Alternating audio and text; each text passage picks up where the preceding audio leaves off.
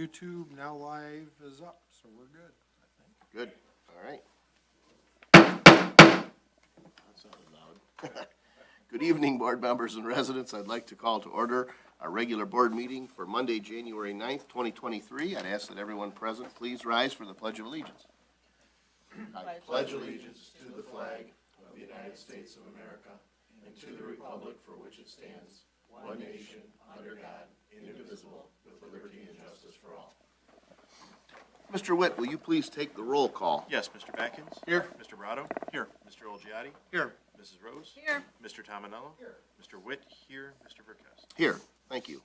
Next on our agenda is the approval of the consent agenda, including the approval of the regular board meeting minutes of December 12th, 2022, approval of the bills in the amount of $1,410,606.99, concurrence with the repairs to Squad 1, and a purchase of water main break repair clamps. If there's no issues or no discussion, I'd be looking for a motion to approve the consent agenda as presented.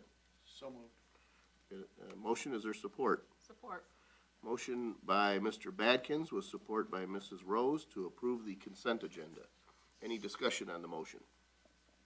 Hearing none and seeing no public comment, all those in favor, please signify by saying aye. Aye. Those opposed, motion carries. Thank you, Board. Next on our agenda is the approval of the regular agenda. Board members, I am not aware of any revisions, so if there are none, I'd be looking for a motion to approve the regular agenda as presented. So moved. All right, is there support? Support. All right, we've got a motion by Mr. Olgiati with support by Mr. Tominello to approve the agenda as presented. Any discussion, board members? Hearing none and seeing no public comment, all those in favor, please signify by saying aye. Aye. Those opposed, motion carries. Thank you, Board. Next on our agenda is announcements. They're brief. Our very own treasurer, Mr. Lawrence Tominello, and our deputy treasurer, Mrs. Angie Troyer, have recently earned the Certified Public Funds Investment Manager, or CPFIM, certification from the Association of Public Treasurers of the United States and Canada. The nationally recognized Certified Public Funds Investment Manager Certification Program is designed to provide Treasury professionals with the confidence and knowledge to better manage investments on behalf of their municipalities. On behalf of this board and the residents that we serve, I extend our sincere congratulations to Angie and Larry. Thank you. Good job. Our library is hosting Tales with Tales on January 11th, 2023 at 5 p.m. The Tales with Tales program gives kids a chance to practice reading with a comforting dog. On Friday, January 13th from 6:30 until 9 p.m., the library will be showing the iconic movie The Princess Bride. Popcorn, snacks, and drinks will be provided. Bring your own pillows, blankets, and lawn chairs for the experience. For more information on these and other great community events, you can visit their website at htlibrary.org.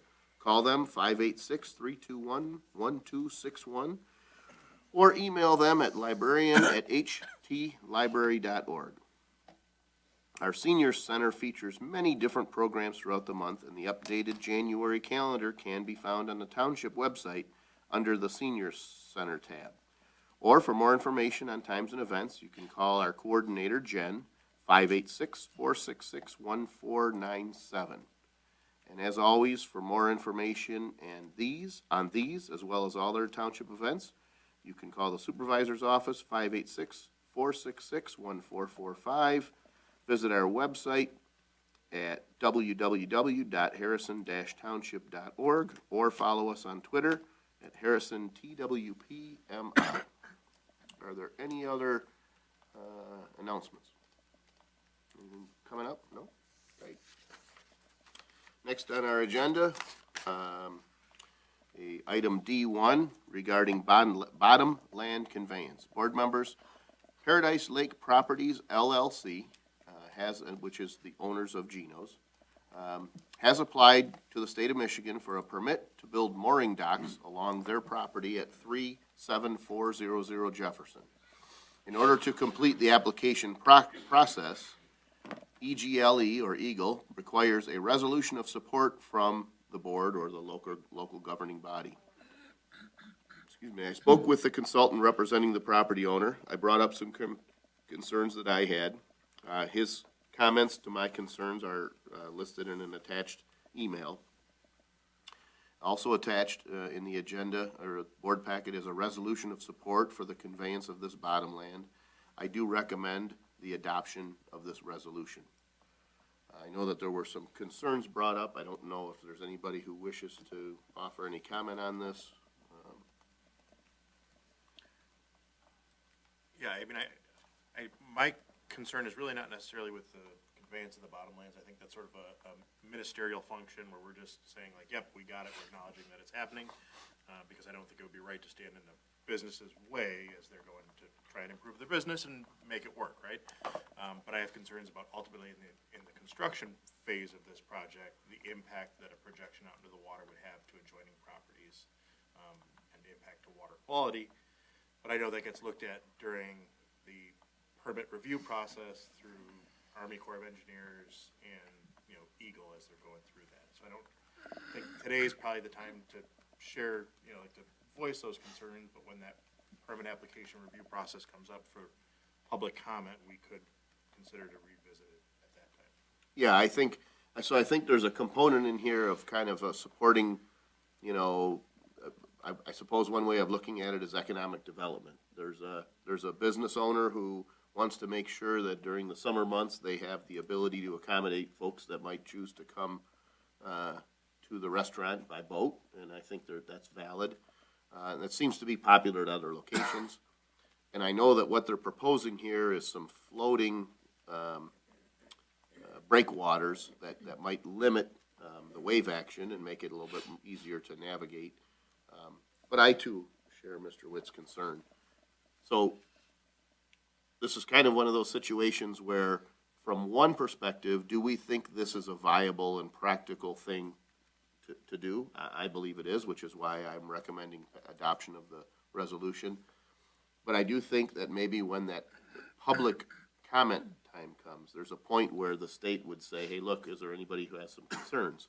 And I did speak with the individual in Lansing who reviews this, who's kind of on the, for lack of a better word, maybe the science end of all this, and engineering side, and I did express those concerns. He did tell me, verbally that they'll consider that. But I do think it would be wise for us at that time to just say, just make sure you look at this. Is this gonna cause a problem to other neighboring properties, changing the flow of water, those kinds of things? I agree. But I do think it is reasonable and valid to adopt the resolution, just saying, yep, we like the idea. We don't know of anyone who's harmed by this. We don't think this is, impractical from a business perspective or a township's perspective. So I'll be looking for a motion to adopt the resolution in support of the conveyance of bottomland at 37400 Jefferson. So moved. All right, is there support?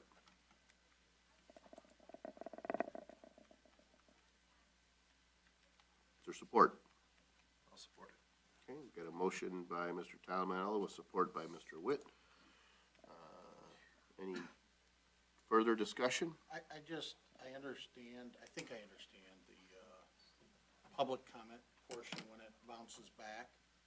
But this clearly says, now therefore be it resolved that the Harrison Township Board of Trustees does hereby approve of the conveyance of the Great Lakes bottomland by the state of Michigan to Paradise Lakes Property LLC. Right. Yet it's strictly the conveyance of the bottomlands, not what they choose to build on top of it. And Right. that gets reviewed at a separate part. This is their conceptual drawing, but not necessarily what they actually plan on doing. And just having seen, like we did one of these for condo association down Jefferson a little bit of the ways. It was a renewal of the bottomland Was conveyance. that right next door, really? Almost, right? Isn't this Harbor Club North was right I thought it was next door? Harbor Club South that we did, but I could be wrong. I think it was north. Was it? Yeah, yeah, because south just has spillway and out front. North has that, but It doesn't matter. regardless, Yeah. to your point, right? This is more so acknowledging that they are the riparian property right owner and they're not gonna impact their adjacent property owners from some extension out into the water. And I think there's people that are more versed in marine construction that can help make sure that the project doesn't have negative impacts, but I think the project itself, the concept of saying they have the right to the bottomlands to put boat storage is valid. Right. So an example of that might be if this proposal was that they wanted to run sheet pile 300 feet out and fill that in and make a hard pier, I might have more concerns with that because that might affect the flow and cause, seaweed to accumulate, right? But we're not really tasked with saying, okay, is this an environmentally and ecologically sound proposal? So I feel like you could put 40 to 60 slips behind Geno's in a reasonable and ecologically sound way, and you could probably do it in a way that could cause trouble. So we're not necessarily saying we agree with the construction, but is it reasonable? Does the state wants to know, do we think this is a bad idea in its concept, right? But how you do it, what it looks like when you're done, that has a big impact. And we don't really have authority to say, yes, as long as it's constructed this way. State doesn't give us that authority. State says, is this something you think is reasonable? Is it practical? Is the construction of this going to cause a problem locally that we don't know about because we're in Lansing? That sort of a thing. So at that point, when we get to that point where you're saying, do you have any concerns about the design or construction of this? I'm saying collectively, I think it's reasonable for us as a representative of the residents to say, if it causes an accumulation of seaweed, then yeah, we have concerns with that. But until we know what that is, we're really just talking about a 250 by 300 foot swatch of bottom land. So when will we know? I mean, how will we know to comment? Is that something that we're gonna get noticed on? We receive. When you say we do.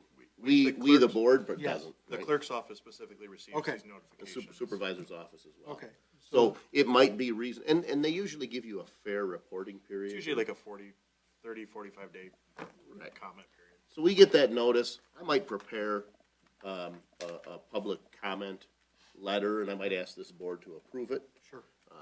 And because I wouldn't want to say that it's coming from the Board of Trustees unless you had a chance to look at it. But I feel like we can address our concerns, but not say, if we say no to this, we're in essence stopping the whole thing. And I don't feel like we have enough knowledge to say that it's automatically a bad idea, right?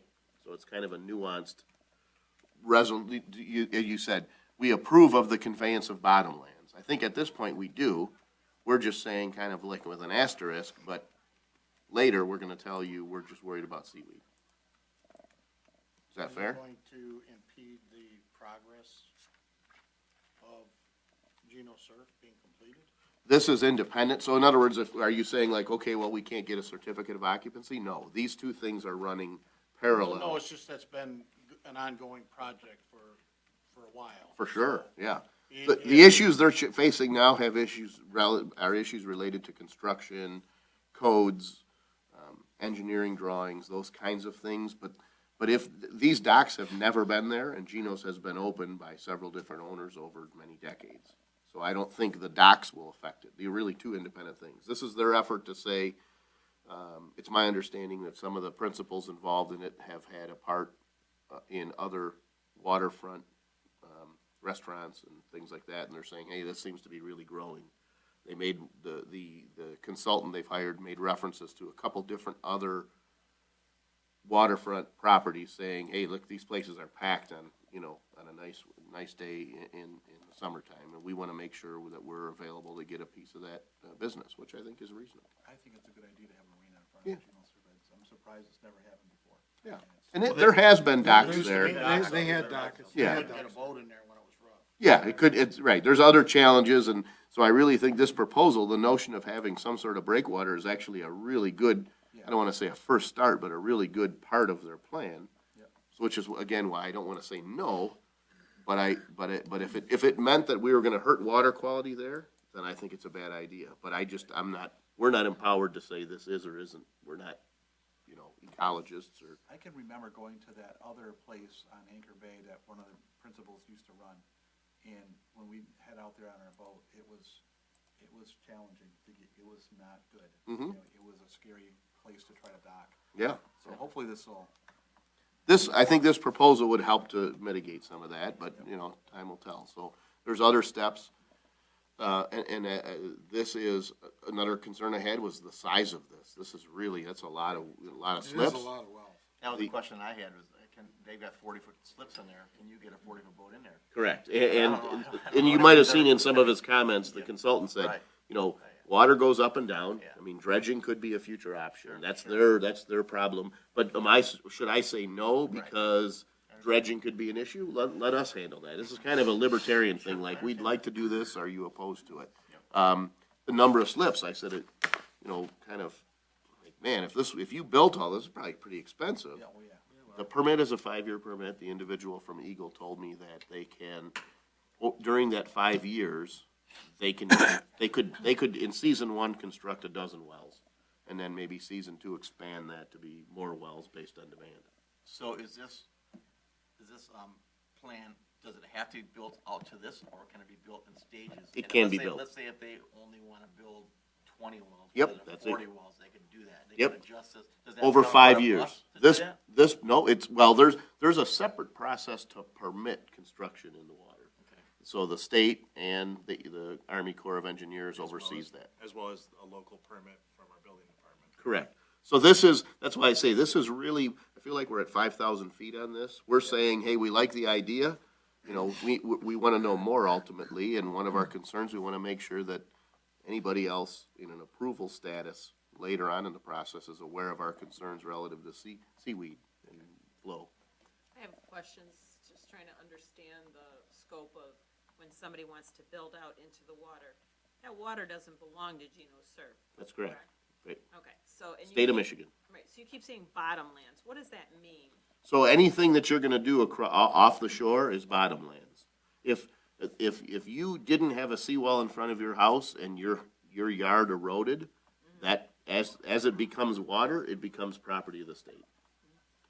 I don't wanna get into a legal description there. The point is that if it's covered with water, it's up to the state.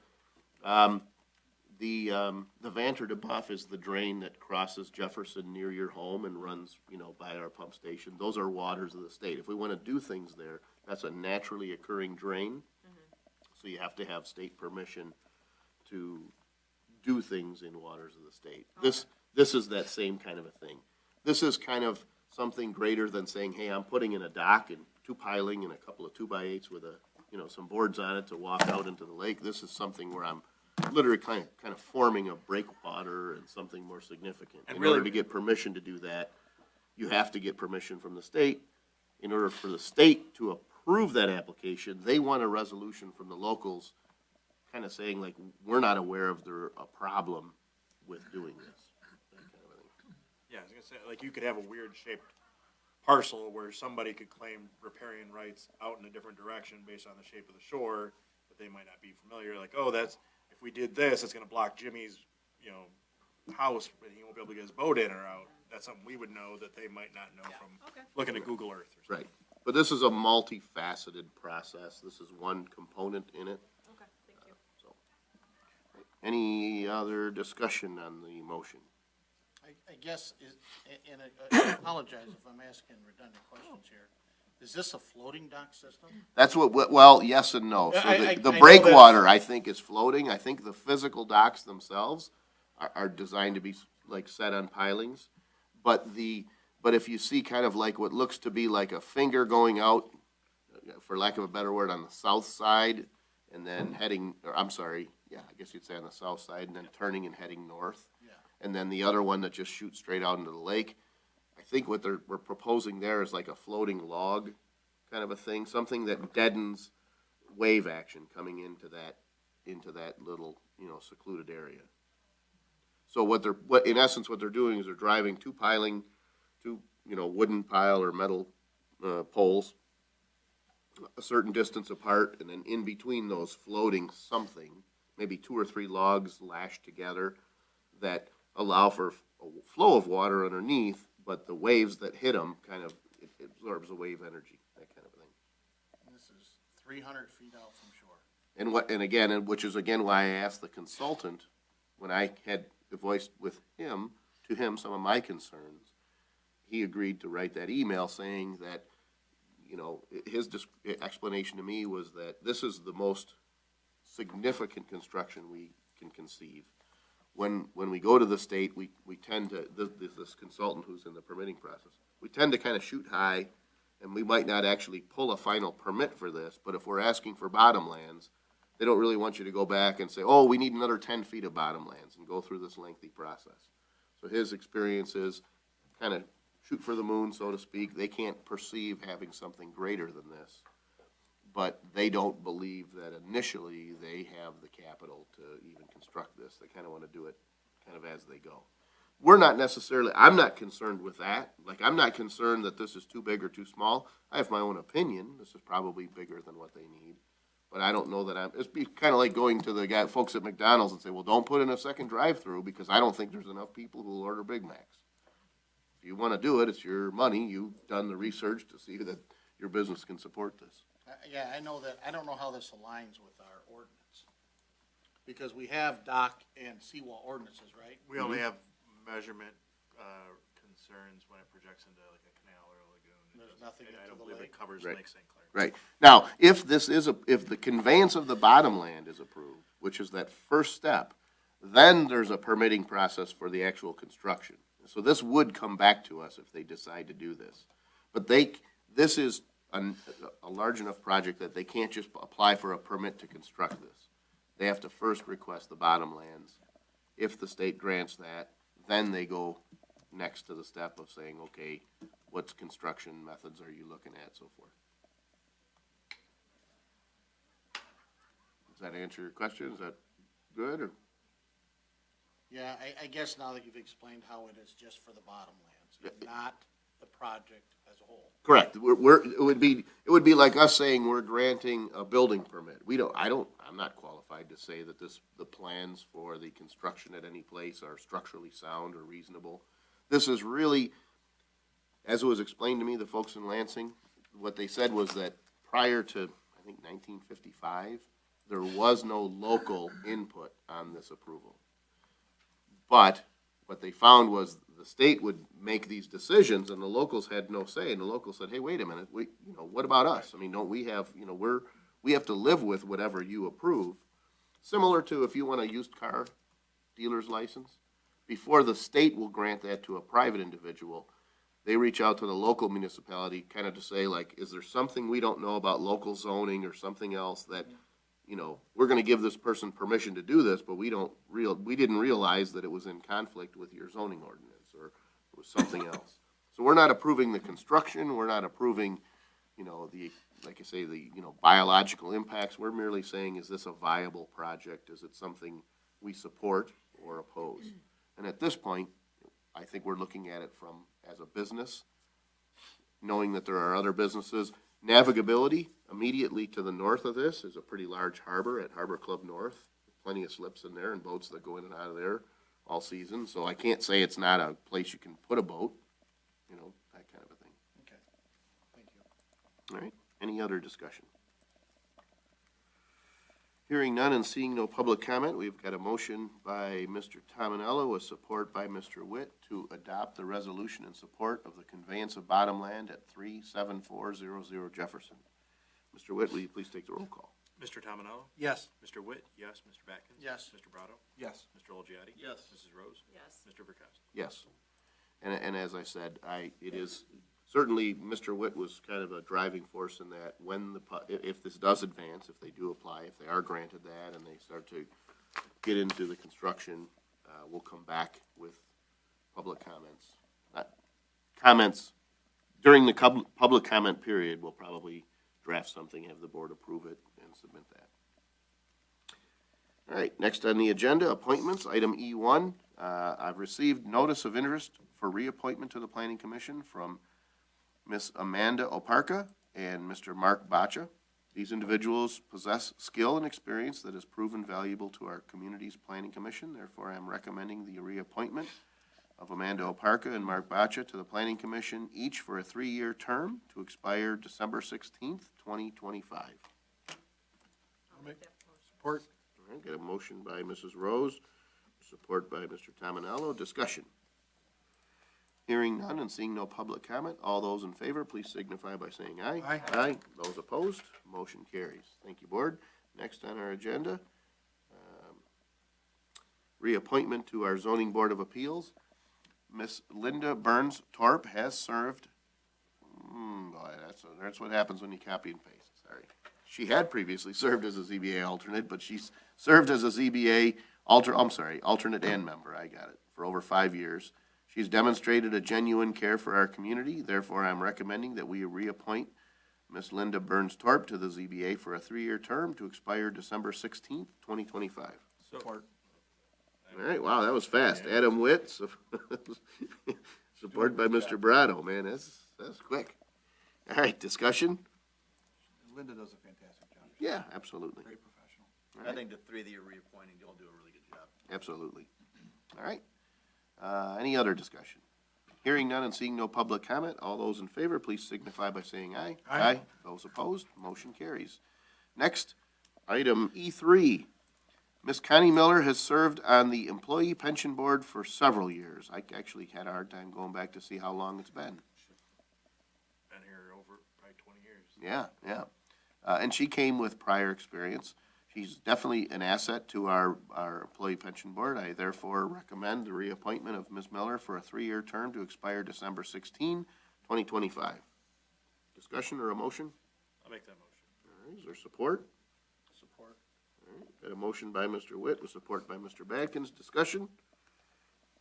Hearing none and seeing no public comment, all those in favor, please signify by saying aye. Aye. Those opposed? Motion carries. Thank you, Board. Next, item F1, regarding an amendment to a PUD for the screening of an existing deck at 41614 Conger Bay. Board members, the resident Lynette Ganache is requesting the approval of an amendment to a PUD in order to screen in her existing deck at 41614 Conger Bay.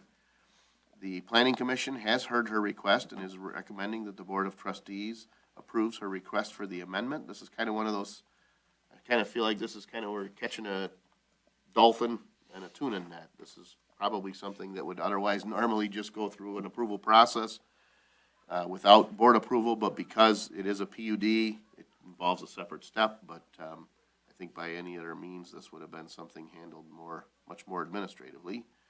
But the recommendation is to approve the request. Any discussion, or is there a motion? Make a motion to approve the request from Lynette Kanaki for approval of an amendment to the PUD for the screening of an existing deck at 41614 Conger Bay. All right, is there support? Support. All right, motion by Mr. Witt with support by Mr. Olgiati, and if I mispronounce that name, I apologize.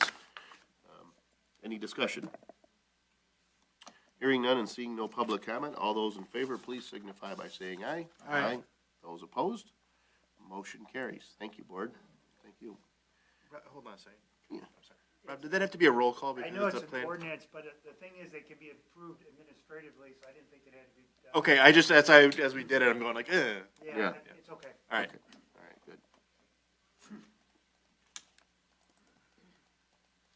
All right, there's lots of info there. Man. Okay, here we go. Next on our agenda, item F2, from the clerk's office. Mr. Witt?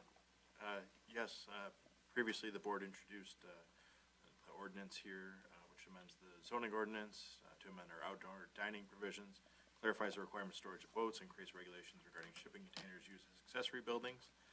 It does, as reflected by the board's direction, remove the section concerning the wall height, fence height issue, so that's not.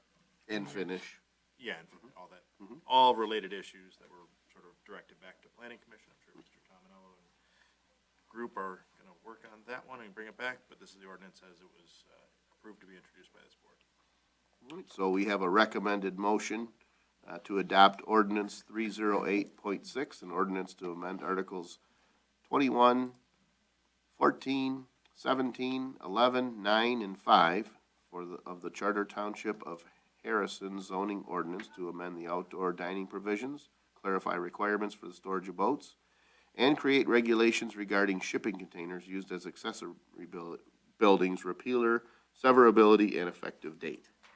My kid was asking me when would Roman numerals be important in life. There you go, that's right. All right, so that is the proposed adoption of an ordinance. Is there a motion, is someone willing to make that motion, or is there discussion? I'll make the motion. All right, is there support? I'll support that. All right, discussion.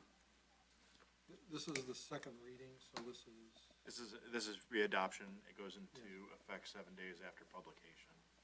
So, and we're publishing now in the Macomb Daily, so the publication date's quicker than it has been.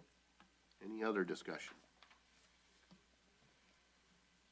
Hearing none and seeing no public comment, does this recall a roll call? Yes, sir. Okay. Mr. Tominello. yes. Mrs. Rose. Yes. Mr. Batkins. Yes. Mr. Brado. Yes. Mr. Olgiati. Yes. Mr. Witt. Yes. Mr. Burkowski. Yes, thank you, Board. Next on our agenda is item G1. Board members, Mr. Joseph Aragona has been the Deputy Supervisor since 2018. He has recently been elected to the Michigan State House of Representatives. Last month, I requested up to a 2-week overlap to train the new deputy. I'm happy to announce that Mrs. Stephanie Middlestat has accepted the appointment effective January 1st of this year. The actual overlap for training was limited to 4 days. So I'm looking for a motion to concur with the appointment of Mrs. Stephanie Middlestat to the position of Deputy Supervisor effective January 1st, 2023. I'll make that motion. All right, motion by Mr. Olgiati with support by Mr. Brado. Support. All right, good. All right, discussion? I have a question. Is it sounded like this was talking about the amount of overlap, and so you're talking about the cost? So it looks like the cost is the amount of the overlap, and I wondered if that cost, because it's not a new cost we're Yeah, incurring. I felt like, You know, it's yeah, just- so I felt like, so from time to time, people will ask, this is really the appointment of someone. The cost was 4 days of labor at, I don't know, whatever that hourly rate is, Sure. equivalent to 61,000, but for sure, it wasn't that amount. I had asked for prior, at the last meeting, prior approval for up to 2 weeks overlap. Right. Because when I was in that process of kind of searching, and I knew that, I wanted to have somebody in place for the training. So the board approved the 2-week overlap. That cost, really, the motion is to concur with the appointment, not to. And really, the way our policy is structured, like, we actually can't control who Ken appoints. Like, Ken can appoint anybody, Larry can appoint anybody, I can appoint anybody. So we really don't get a chance to agree, but we're just saying, yes, the wages are what we're paying that person when we Right, hire them, so. Was that 4-day overlap because she picked things up quicker, or because he had responsibilities in Lansing? Little column A, little column B. Yeah, yeah, yeah, so, when you're talking about, in all of our cases, our most recent,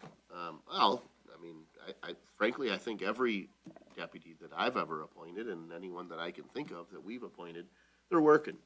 So, you don't know what commitment they have. This being end of the year, really wasn't sure if I say, hey, I'd like to appoint you. Well, hey, I get this benefit if I work to the end of the year, that sort of thing. So, the reality is Joe knows Stephanie. They've got a good working relationship. Stephanie has a lot of municipal experience coming from a neighboring community. If there was a chance for more overlap, that would be fine, but this is kind of what worked. I think Joe's actually not in session until Wednesday. But they felt, and there's also if Joe says, hey, I'm good till Friday, well, if she calls him tomorrow, and he answers the phone, he's like, well, hey, I agreed to send her on her way with 4 days of overlap. So it was kind of a mutual agreement. I think 2 is the most we've ever done. She seems to be very qualified from what I read about her. I think she'll be an asset to us and she'll be good for our community. I'm really, really happy. I think we're fortunate, and I think, you are right on. Not nothing against Joe. No, Joe did great. I think Joe did a fine job too. It's just, Yeah. I was shocked that I read her credentials and she's got good experience. Yep, I think it'll be no good. question. Yep, absolutely. All right, any other discussion? Hearing none, we've got a motion by Mr. Olgiati with support by Mr. Brado. All those in favor, please signify by saying aye. Aye. Those opposed, motion carries. Thank you, Board. Next, item G2, regarding our enterprise fleet and a potential purchase. Precursor to this, we recognize this is kind of a different way of thinking. Going back almost 3 years ago, the board voted to move our fleet management to enterprise. The vehicles we have replaced, based on the purchase of new vehicles through enterprise, have sold for very close to what we paid for them. I think we maybe last year before, within the last 12 months or so, we sold 2 trucks for, well, just about what we paid for them 6 years earlier, something like that. Enterprise informed us that the manufacturers were not fulfilling all orders and they had not released any pricing. So we sat down with our annual review, and kind of looked at, okay, if things were normal and we could just order, what do we want? Well, let's look at 6 trucks to be replaced. Kind of concerned because they said, we don't know what the cost is gonna be, we don't know what the delivery is gonna be, we don't even know if they'll fulfill requests for all 6 of these vehicles. But they assured us that if for whatever reason we chose not to purchase the vehicles, they're in demand and they could sell them to other clients. So we did place an order last year for 6 trucks based on their recommendation and analysis. We were recently notified that one of the trucks has been built and delivered to a dealer. It's a 2023 Chevrolet Silverado work truck, 4x4 regular cab, 8-foot box. This is in essence what we would normally use as a water and sewer work truck and plow truck. We have a VIN number for the vehicle, but we still have not received pricing. Based on our previous experience, we believe it'll be worth taking delivery of this truck, selling the truck that it replaces, but until we have all those details, I can't really ask for board approval to take that action. This is when they talked to us about our fleet, this was one of the trucks that they said this time of the year is popular. They let's just say we get this 8-foot, regular cab truck with set up with a plow, prepped for a plow. You put that on the market right now at their auction, it fetches a premium because there's folks that are saying, hey, I want to, this is the time to get it.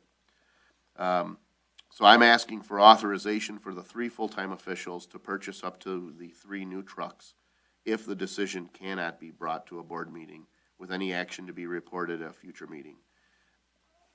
Excuse me. Because we're in kind of unprecedented times with supply and demand, frankly, it's very possible that we will have sufficient time to bring the details to a future meeting and approve any purchase as a board. So I don't know. Enterprise can't say this is what the big 3 have been doing or this is how GM orders are coming in. In the event that there is some timeline that we have to adhere to that doesn't correspond with our board schedule, I'd rather not come to you after the fact and say we made an emergency purchase when it really wasn't an emergency. I could tell you about it today, but if it makes financial sense, it seems like it's a good idea to purchase it, replace the new truck. This was that whole notion of saying that we would move away from this idea of owning trucks until they rust out and, instead getting the factory discount that we get as a municipality, drive them for a limited time, sell them when they're still at a high value, and quite frankly, sometimes make money or break even on the vehicle and maintain a fleet that's 2 or 3 years old or less.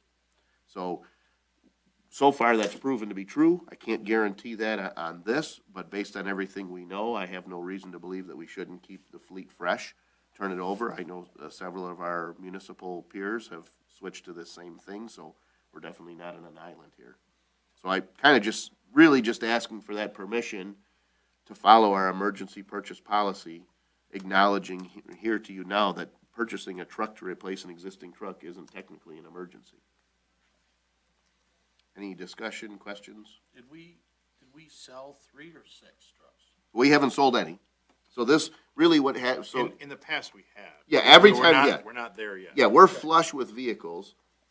When we went through this first round, and COVID's kind of messed up our whole cycle, we were unsure as to how many vehicles we really needed to maintain in a fleet environment with our building department. If we go back far enough, we had part-time inspectors who'd use their own vehicles, and we had maybe a more casual policy about that. We've since decided that, if somebody's an employee of Harrison Township driving around doing official business, they should be in a township vehicle. And so there was some question as to whether or not we needed this many or this many vehicles. So during the first cycle, we, in essence, didn't replace 2 trucks that were, I think they were 2015s. So in 2020, we said, let's just keep 2 of those trucks They're still in good shape as 2015s. We'll put them in the building department as a part of that fleet, and we'll see, do we need 1, 2, or 3 of them? We've since kind of figured that out, and so now we're saying, all right, those 2015s last year got us almost as much as we paid for them, so might as well replace them before they get to that point where they no longer have that value. So we ordered 6. They came back and said, we're gonna build you 3. And we don't know when we're gonna give them to you, and we don't know what they're gonna cost. Well, those are a lot of big variables. So this is kind of one of those things, like, until I know that, I can't really say, all right, we're for sure gonna keep them, but Enterprise said, don't worry, if you don't want them, we'll sell them to someone else. So if we receive this notice, got 1. If we wanna buy it, and they tell us, hey, you gotta buy it by this time, or whatever, I don't know. It's all an unknown. We've never encountered this environment. So we can commit to 6 trucks, but we don't have to buy them when they come in, is that what you're saying? And in essence, because what Enterprise said was, what they do is I think each manufacturer is different, but General Motors opens up a window for municipal orders, and they have pre-established MIDEAL, MIDEAL, pre-established pricing. So you don't haggle, you don't negotiate, but the price that we pay is well below what the public pays, what you or I could pay. And so because of that, we have this opportunity, buy the vehicles, drive them for a while, we can turn them over, and because they, in the private sector, they still have a great value, in essence, own the truck for 2 years for free, right? So if you said, hey, I can order, up to 6 trucks, and heck, you might make money on them, why not order 6? It's like 6 lottery tickets, if you will. Right. And what they said was, yeah, we can, the demand is so great that if you choose not to take delivery of these vehicles, we have other private and public sector customers that'll take them. I guess that kind of answers my question. My other question was, how do we come about the number 6? Yep. 6 trucks. So what happens is we meet at least twice a year with Enterprise, and we kind of analyze our fleet. They'll look at the age of vehicles, the manufacturer, not the manufacturer, the brand, model of the vehicle. So, I'm trying to think of how far back those Equinoxes go, probably 2013, 2014. Yeah, probably 12, maybe, 13. maybe 15. Yeah. They were super cheap at the time, and we said, well, we can utilize those. What Enterprise told us is they're attractive when you buy them, when they're kind of an initial lower cost, but if they don't have that resale value, you can actually not do as well on an Equinox, and you could have bought a mid-level trim Chevy Silverado and done better on it. So part of, they manage millions of vehicles in their fleet. So part of what they're doing is kind of using those metrics and those used car value analyses and the auction process to say, we already have this machine set up, for a small fee, we'll provide that to you and, keep your fleet fresh and, under warranty all the time, so you're not paying for repairs, and could break even. So the analysis was, the 6 was derived by an analysis of them looking at, okay, which vehicles do you got, this old, this one has a value right now, I'd recommend you replace that one. This one is probably good where you have it, and this one you should replace. Thank you. And in the past, they've been probably more aggressive. Their suggestion is often more aggressive than we're comfortable with, but because of the way the market's not producing cars, we sort of are in a position where we're not buying maybe what we wanted to buy. Right. Yeah. Okay. So, and this is them consulting. Dave Axtell kind of manages the fleet. They sit with us. We have some input and kind of collectively make a decision. And again, a part of that is if we can make money on 2-year-old vehicles, right? I mean, it seems kind of wrong, but if I'm representing, it's my money too, right? It's, if I'm representing taxpayers, if we can. Good business. Yeah, if you can turn them over to every 2 years and we switched to a modular, what do I want to say, the equipment that we mount on the trucks. We went from, say, for example, if we have emergency lights, we went from physically installing emergency lights on the cab that might involve drilling holes and wiring to removable rack systems, so I can just unbolt that rack, bolt it in the next truck with minimal modifications to the vehicle. Right. So kind of switching how we do things again to go toward that, more efficient idea. So really, bottom line, we're asking for permission if necessary. I really don't even think that it's it's hard for me to imagine that I don't have 2 weeks to be able to purchase a truck. I just don't know. And so I'd rather talk about it now and say, God forbid we don't. I hate to miss out on it, so, would you trust the three of us to make that purchase if we all think it's a good idea, bring it back later, if absolutely necessary? So, any other discussion or a motion? I'll make the motion. Okay, is there support? I'll support. All right. We had a fair amount of discussion. Is there further? Hearing no discussion and seeing no public comment, all those in favor, please signify by saying aye. Aye. Those opposed, motion carries. Thank you, Board. Next on our agenda is public comments. Item H. It can be about any subject that you wish. We do ask you to head to the podium so that folks at home can hear and it's recorded. Good evening. Try to limit your comments to 5 minutes a time. You'll be glad to know I'm not here mostly to talk about the wall issue. You've all heard enough about that for a while. After this board denied the addendum for the fence addendum back on December 12th, I was highly confident that I was going to soon receive some kind of a violation for something on my property. And again, sure enough, on December 15th, I'm not going to read it to you because you have a copy of it, received a violation for parking within 10 feet of or 4 feet of the side property line. Now, it says down here, please correct these violations by 1/3/2023 to avoid further action. But Mr. Kalick should have added in there 1/3/23 a.m. because apparently the most important piece of township business that Mr. Kalick had to attend to on the first day after the break for Christmas was to deal with this issue. He apparently came by, determined that the boat had not been moved, had time to go back to the township office, correct or create a violation notice, final notice, township ticket, and have it in the mail in time for it to be postmarked on January 3rd. So really very little leeway there. Okay, so there was and again, you have a copy of that. Now, so there was a total of, 18 days between the first notice and the second notice. And again, that was over the Christmas holiday, so I don't know how many breaks, nobody was here. In comparison, and I promise I wasn't going to talk about the wall, but it is somewhat of an issue. The original date of the complaint, and again, you have a copy of this, was August, on the wall issue, was August 25th, 2021. And if you look at that, you'll notice on the bottom of it, Mr. Kalick put, wall is okay, go after structure.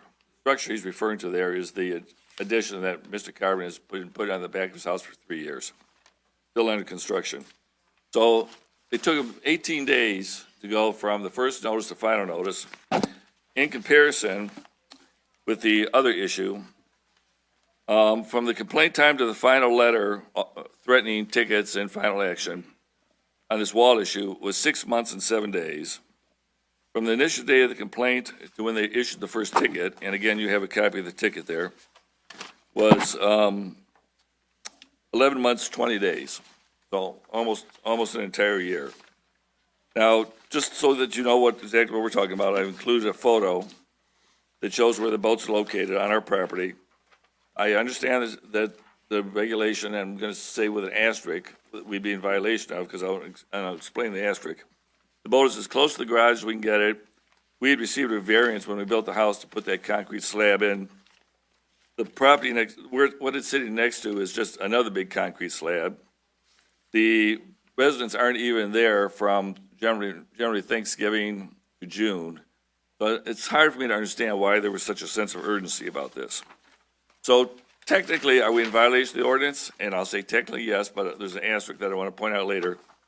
So the other day, my wife and I took a little trip for about 15 minutes around the neighborhood, and you'll see you have a list of addresses there. There's about 35 addresses there that would also be in violation of this ordinance. And I'm pretty sure that if I spent easy afternoon, I could probably come up with 500 addresses that would be in violation of this ordinance. Now, 500 wrongs does not make a right, but if it's going to be enforced, it should be enforced equally. So if I came up at the township office with 500 addresses and stood there and filled out 500 complaint forms, is the township building department going to go after all these people as aggressively as they're going after me here? exactly why I'm getting this special treatment from Mr. Kalick. And I think it's a sad but simple answer. I think that Mr. Kalick is upset, let's say, with me because I've questioned his authority regarding this wall issue. And I assume he's probably upset with all of you because you denied his addendum, which would have helped to resolve the wall issue. So I think it's worth questioning if, I'm not sure exactly what we want to call it. Do we want to call it revenge violations or vendetta violations? I think it's worth discussing and investigating. Is this a common practice of Mr. Kyle Kalick? Does he, for people that disagree with him, does he go after them more aggressively than he does people that don't disagree with him? And that's really all I have to say about that. But the only other thing I want to point out, again, we live in a boating community. This is Boat Town, and a lot of people store their boats next to their homes. And so I think there needs to be some lenience on that. Now, maybe the township fathers, when they wrote this ordinance, was keeping this in mind, because if you read the ordinance, it says, zoning Article 4, Section 9.02, general park requirements, residential lot and the yard requirements, recreational vehicles parked not closer than 10 feet from the front lot line, not closer than 4 feet from the side lot line. Now, I can find my other note here. Here we go. Wikipedia describes a recreational vehicles, often abbreviated RV, as a motor vehicle or trailer that includes living quarters designed for accommodations. Types of RVs include motorhomes, camper vans, coaches, caravans, and camper trailers. Doesn't include boats. And the ordinance is that is written, and I'm not sure this came down to a legal issue. Maybe Mr. Huth can explain that. It doesn't say anything about boats. It says recreational vehicles, and a recreational vehicle is not a boat. That's what I wanted to, that's the extent of my personal comment for this evening. Thank you very much. Thank you.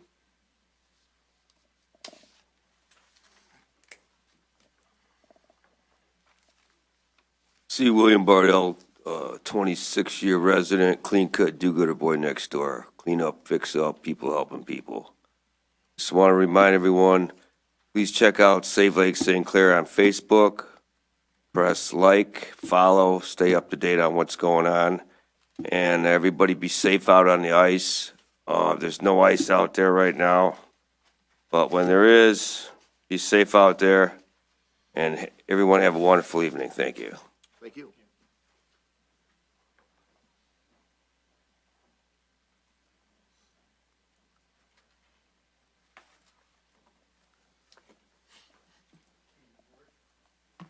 Here to ask questions about the sewage for the middle section of Harrison Township. That's supposed to be from Town Hall over to Hazel, South River to 16 Mile Road. Where is it at? Are you read in the advisor on the 28th that there was a discussion about maybe planning going forward?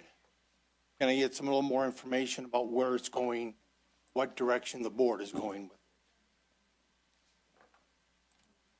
So it's public comment. We're not going to engage in a back and forth. No, So if there's I'm just, specific questions- where have you been, where is the board with either the planning or issuing to go and get bonds from the state or the money from the federal government?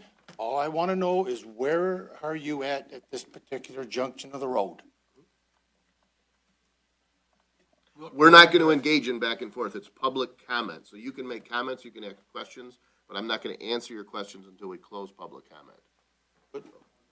Okay, sorry. I mean, just a point of clarification. I can give you a plenty good explanation, and we can discuss it after the meeting as well. Yeah, no problem. So seeing no further public comment, we'll close the floor for public comment, move back to board comment. The initial resident had some concerns regarding enforcement, a couple questions that were asked. Would the township follow up on written complaints? Yes, that's what we do. So when people come in and write complaints, if there's a validity to them, we follow up on them. It's the very reason you have some enforcement action going on now and some warnings, because we received complaints about your boat, which, as we discussed in the past, were largely produced by the fact that you issued written complaints against your neighbor and some verbal complaints about the trailer that he had that was parked very similar and parallel next to yours. As we discussed in the past, usually when neighbor A chooses to use the township to kick neighbor B's butt, Neighbor B just responds by trying to use us to kick neighbor A's butt. So when they come in with a written complaint, and we see that it's a violation of our ordinance, we issue warning notices. The previous notice you had said you gotta follow up by this time. If it appears that they followed up at that time, they saw that that was still in the case, we get an alert on the computer system that we use to track ordinance violations. Hey, today is the follow-up date, all right, in the morning, I'm gonna go out, follow up to see if something's been done. I, in conversation with Mr. Condon and Mr. Kylick, regularly, maybe not daily, I have no reason to believe they're upset with us or that there's anything vindictive. I might say your neighbor's upset, and your neighbor might be vindictive. I can't really confirm that, but a lot of this is being driven, again, by those complaints. Selective enforcement. Here's the challenge we face. First and foremost, we're only able to enforce ultimately either A, what a resident is willing to do, or B, if it's egregious enough, and that's an important distinction, what a judge is willing to enforce. Because if someone doesn't conform to the ordinance, there's a question as to how egregious that violation is. We talked about this. I went back and looked at the prior meetings. This is all ancient history. We talked about this before.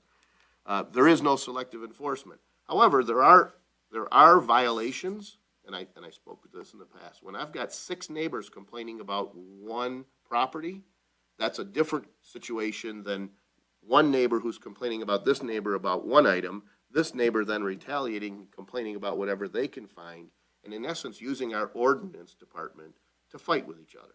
And that's really what's happening right here. We talked about this at a prior meeting. The Wikipedia definition of a recreational vehicle is meaningless. What does matter is what our ordinances say, and we read to you that definition of a recreational vehicle per our ordinance at a prior meeting. You may not recall it, but it included boats. So our ordinance does address that a boat, per the definition of our ordinance in terms of what you're allowed to park, includes a boat. So the fact that we use the term recreational vehicle, I believe we read to you how that includes snowmobiles, it includes certain trailers, and it does include boats, whether they're on dry dock or trailer. I'm going by memory here.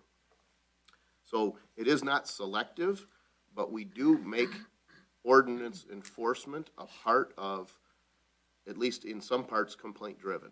As I said in the past, if we're talking about a vacant home that's a danger, it's affecting property values, we need to take action. If we've got a number of people all on one street who choose to store their boats in a certain way that might not be completely in line with the ordinance, but it seems that it's harmonious and it's not causing trouble, we don't necessarily go there trying to begin enforcement for a problem that really doesn't exist. But as I've stated in the past, and I can assure you is the case here, when you begin to go through an enforcement process with a neighbor, some neighbors choose to retaliate or make it their business to point out all the problems that are occurring on someone else's property. And near as I can tell, that's what's happening here. There was a question regarding the sewers in the center of the township, kind of a status update. So I might be off on dates. I believe it was warm out, so it was spring, summertime of 2021, because I think this board was seated when we discussed, held a public hearing, and ultimately adopted some preliminary engineering for sewers in the center of the township. And at that time, we had explained that without that plan, we're simply unable to apply for certain grants. We did adopt that plan. At that time, I'd stated publicly that there is a point where we will have, sewers are not an if, they're a when. They will be required. There's a point we'll get to where the state will come in and tell us we must put sewers in the center of the township. And we know this because we've seen other municipal peers go through the same process. Ignoring the problem is irresponsible. We've seen municipal peers end up paying fines and fees and legal costs because they ignored the problem. So that's not the responsible approach. I'd said publicly before, and I still agree, the best time to put sewers in is when we have the most state and federal money in the form of grants, and we're up against the wall, and the state may be forcing us to do that work. So back in 2021, I let the folks know who were here at that meeting that anybody who contacts me, I'm happy to let them know and give them updates. was probably November when I gave the board an update. I'm going by memory here. And I did, prior to that, I did notify everybody who gave me their email address. I sent them an email telling them what we were gonna discuss. Since 2021, we've used that preliminary engineering to apply at least four times for grant monies. We applied in 2021 for state revolving funds, which are in essence low-interest loans, because we believe that there was a chance that the state might also give grants, they call it principal forgiveness, with that grant. 2021, the state gave us a state revolving fund loan, but no principal forgiveness. So in essence, you can do it and you can borrow money for a low interest rate, but we're not helping. Late 21, early 2022, we received $1 million grant from our prior U.S. Representative, Congresswoman Lisa McLean, in her office. Accepted an application.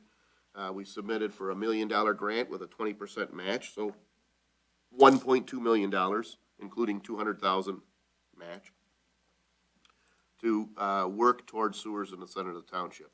Later in 2022, we were granted 8.5, I'm using round numbers here, I'm sure it's a more precise figure, but about $8.5 million in state revolving fund loans with a 10% forgiveness. I think it was $852,000. So if we move forward with the whole project, we could get $852,000. There are people in the center of the township that want sewers. We have folks who come in and say, when are you putting sewers on my street?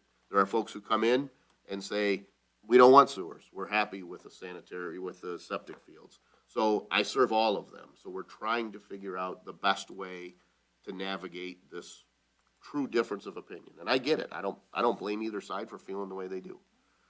So the previous update that I gave to the board, I think in November, if I recall, was that I do not believe, and ultimately the board voted to not accept the $8.5 million in state revolving fund dollars with the 10% loan forgiveness or principal forgiveness. The timeline that would have required, I believe we had to have engineered plans by June, and we had to award the project by September of this year, and that's just not the timeline that we're looking at. It's clear that the majority of everybody in that neighborhood doesn't want sewers. So moving forward at that rate seemed unrealistic. What we did do was we as a board agreed to take the $1 million grant plus at least the $200,000 match, so $1.2 million, use that to have the entire sewer system engineered, because we do believe that sewers are not subject to some radical change that's going to impact how, sanitary sewers happen. In other words, you don't design it today only to find out that 10 years from now the designs aren't fresh. Nothing's happened in recent years to suggest that those plans would become stale. Secondly, we talked about if the engineering, if it's an $8 million project, a lot of times they talk about 8 to 10%. So let's just say the engineering is going to come out to $800,000. We have to solicit competitive bids for that to find that out. So now we might have $400,000 or $500,000 left. The second thing this board approved was, at least in principle, that once that engineering is done, let's use the balance of that grant money to construct what I might consider to be large arterial or major infrastructure portions of the sewers. So imagine that, and again, I'm not going to talk about a timeline, but let's just say a year and a half from now, we've designed the entire sanitary sewer system for the center of the township, and we've constructed any lift stations or any large transmission mains that might be needed to service everybody. We can now then look at the sanitary sewer system on a street-by-street basis. Part of what the board asked, and we all agree, is that we need kind of a financial analysis. Does the revenue from having new sewer customers help to pay for the cost of the sewers? I have no idea, but perhaps through bonding, because sewers are a long-term item, maybe we can bond for the construction, and if X number of customers connect to the system, it can help to pay for the bonds, and there is no direct cost to any street. Hypothetical, not by any means suggesting that was going to happen, But I couldn't ask anybody to spend $1 without knowing whether I need $1 million or I need $1 to put sewers down your street. So we kind of have to look at what the rate structure looks like, what sort of revenue that generates, that sort of thing, to have that feel for where that is. So we're moving forward with soliciting bids and beginning that engineering. We can then, if we proceed with the plan as discussed, we can then go on a street-by-street basis and say, if the majority of the folks on this street want to connect, we'll put sewers down here. The district's even broken up a little bit smaller. We tend to think of the roads in that neighborhood as generally running north-south. But the reality is, because it's a gravity system, if you picture an aerial photograph of your neighborhood, we imagine we have a sanitary sewer main, like a large transition main at South River, at Coleridge, and at Tucker, when we're done with this. On any of those north-south streets, there's really 4 districts. If I'm halfway between Coleridge and Tucker, half of that sanitary is gonna flow toward Coleridge downhill, the other half is gonna flow downhill toward Tucker. Similarly, if you go further up on, say, Hammond, half of that's gonna flow, if you're north of Coleridge, half of it would flow down to Coleridge, and half of it would flow north to Shoreline. So on any street and any northwest route through there, there's really 4 little mini districts. So the thought would be that if there are a majority of people on any one of those 4 sections on any one of those streets who want sewers, and they come to us, say, please put them in, I'm satisfying the majority. We don't want to wait until we're up against the gun or facing fines. We don't want to miss out on $1 million grant. We have well in excess of $200,000 in our water and sewer fund that we can put toward that. So we do have the funds necessary to match. Failure to move forward on that seems like it would be a waste to not design the system and spend the $1 million that's in essence free grant money. So at this point, we haven't determined what it would cost to hook up. We don't know ourselves, but we do know that we have $1.2 million we can spend to get closer to better understand what the cost of that system might be. And because it's federal money, we learned recently that in order to even solicit bids, we have to utilize a third party, and it's a much more lengthy and difficult process than we thought, but that's the best update I could give you. Certainly after the meeting, if you've got follow-up questions, I'm happy to spend some time with you. Any other board comments? Hearing none, I'd be looking for a motion to adjourn. So moved. All right, is there support? Support. Motion by Mr. Brado, with support by Mr. Badkins. Discussion, board members? Hearing none and seeing no public comment, all those in favor, please signify by saying aye. Aye. Those opposed? Motion carries. Meeting adjourned. Thank you, board.